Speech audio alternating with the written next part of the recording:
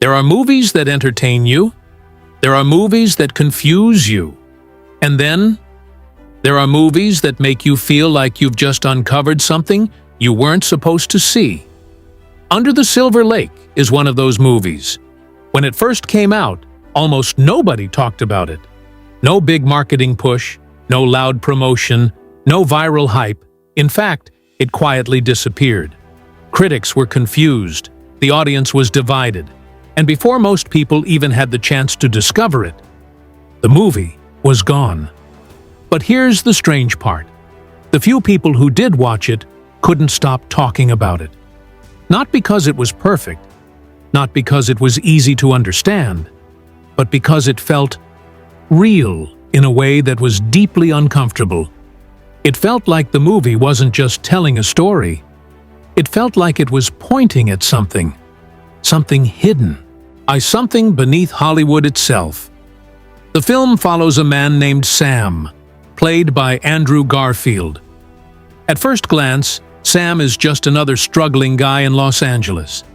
He's unemployed, drifting through life, surrounded by pop culture, conspiracy theories, and meaningless distractions.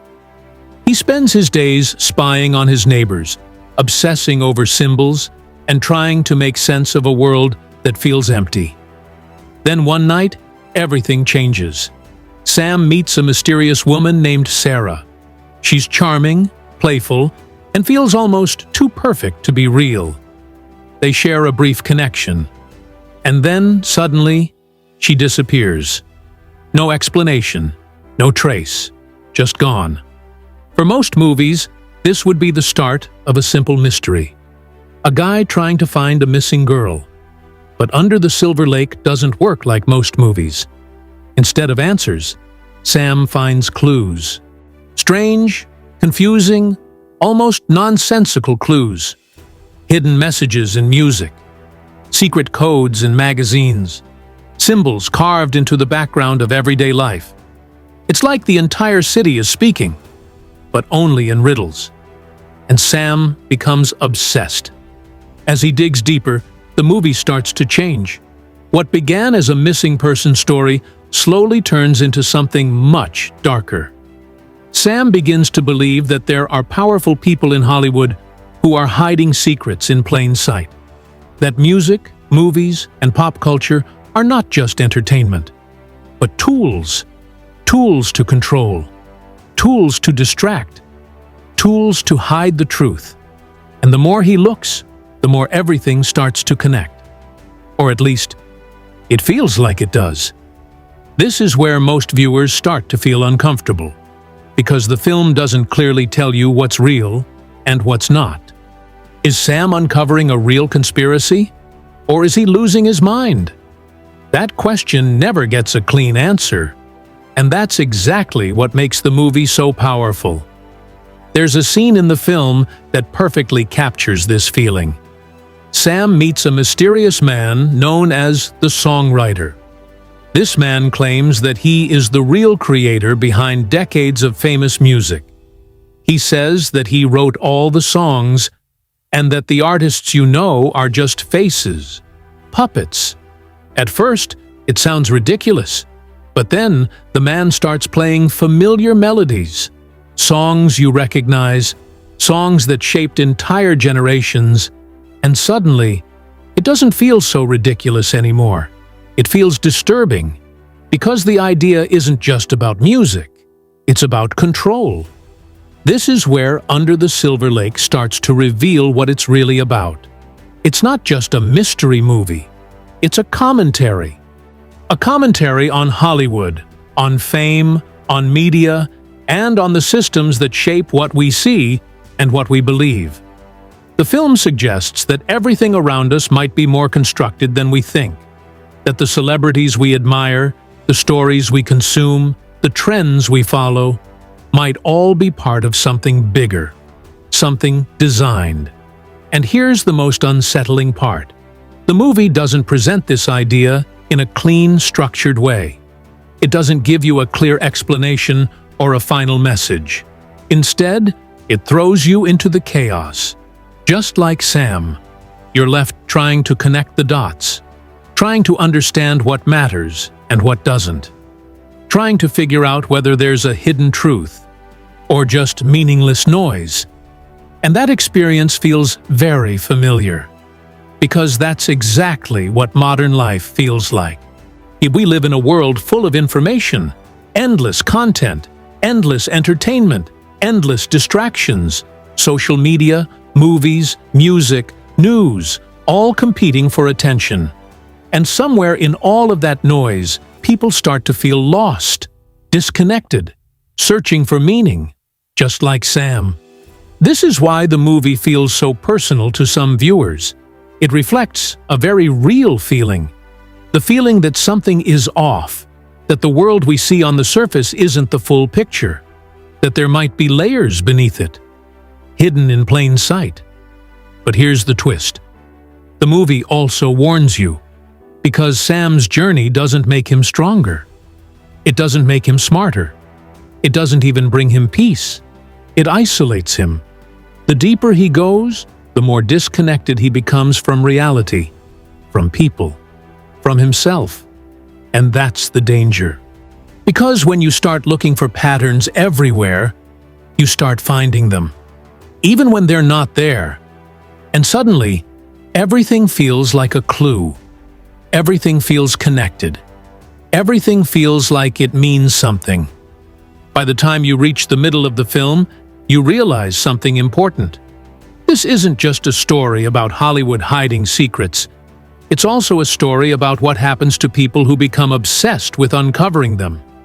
It's about the line between curiosity and paranoia, between awareness and illusion. And maybe that's why the movie was buried. Not because it was exposing a specific secret, but because it was asking uncomfortable questions. Questions that don't have easy answers. Questions that make people think in ways that aren't always safe. And because once you start questioning the system, it's very hard to stop. By the time Under the Silver Lake reaches its later stages, it stops feeling like a movie and starts feeling like a maze. Not a maze designed to be solved. A maze designed to trap you. Sam is no longer just searching for Sarah. At this point, he's chasing meaning itself. Every symbol, every message, every strange encounter pulls him deeper into a world that feels both hidden and strangely familiar. And that's when the film reveals one of its darkest ideas. That Hollywood isn't just a place. It's a system. A system that creates dreams and sells them back to you. A system that builds fantasies so powerful that people willingly lose themselves inside them. Throughout the movie, Los Angeles is shown almost like a character. It's beautiful, mysterious, seductive, but also hollow. Beneath the glamour, there's emptiness. Beneath the surface, there's something artificial. And Sam starts to see it. He begins to realize that the world around him is filled with illusions. That the things people chase, fame, beauty, success, might not be real goals at all, but distractions. One of the most disturbing parts of the film is the idea of ascension. Sam discovers that certain powerful men in Hollywood are not just rich or famous. They are trying to achieve something beyond life itself. They build hidden bunkers. They select young women. And then they disappear. Not as victims, but as part of a ritual. A ritual where they are buried alive with wealth, women, and symbols of power, believing that they are ascending to a higher existence. It sounds insane, but that's exactly how the film presents it. Not as something logical, but as something people believe. And this is where the movie becomes deeply uncomfortable, because it's no longer just about Hollywood. It's about human nature. It's about how far people will go for power, for immortality, for meaning, even if that meaning is built on illusion.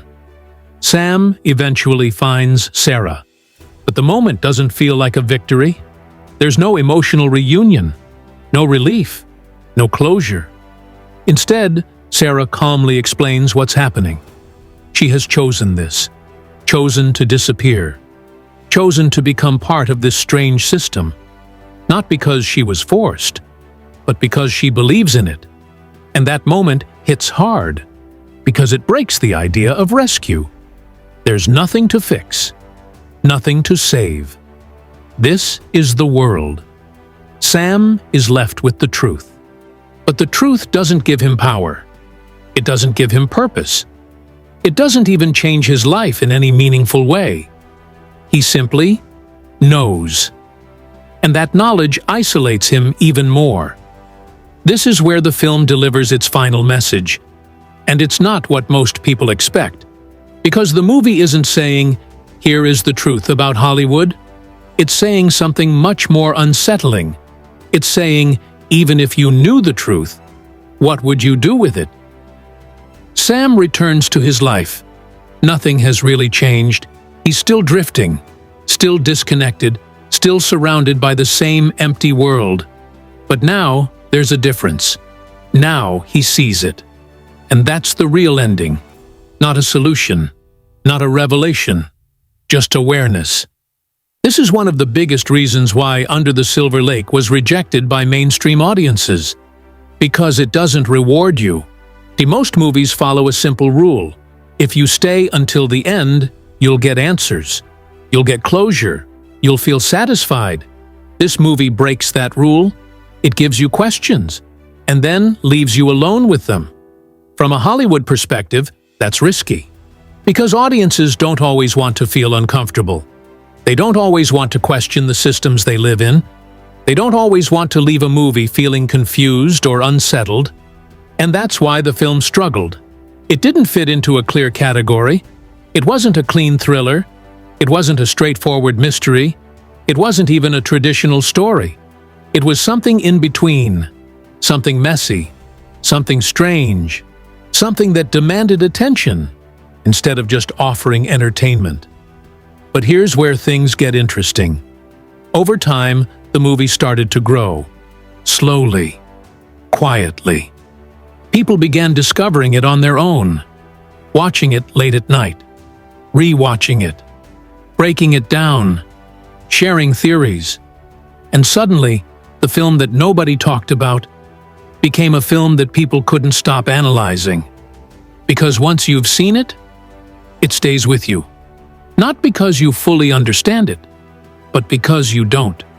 People started noticing the details, hidden symbols in the background, recurring patterns, references to real Hollywood culture, messages buried inside music, visuals, and dialogue. It felt like the movie itself was playing the same game it was talking about, hiding things in plain sight. And whether those hidden meanings are intentional or not, almost doesn't matter. Because the experience feels real. The feeling that there's something more beneath the surface. And the feeling that you're missing something. The feeling that if you just look a little closer, you might understand it. That feeling is powerful. And it's exactly what the movie is about. Because in the end, Under the Silver Lake isn't just exposing Hollywood. It's exposing us. Our need for meaning. Our obsession with patterns. Our desire to believe that there's something bigger behind everything. And maybe that's the truth the movie was really telling. Not that Hollywood is hiding secrets, but that we are always searching for them, even when they don't exist. Or maybe they do. That's the question the film leaves you with, and it never answers it. So, was this movie buried because it revealed something real? Or was it buried because it was too confusing, too strange, too different? There's no clear answer. But maybe that's the point. Because the moment you start asking that question, you've already stepped into the maze, and just like Sam, you might never fully find your way out.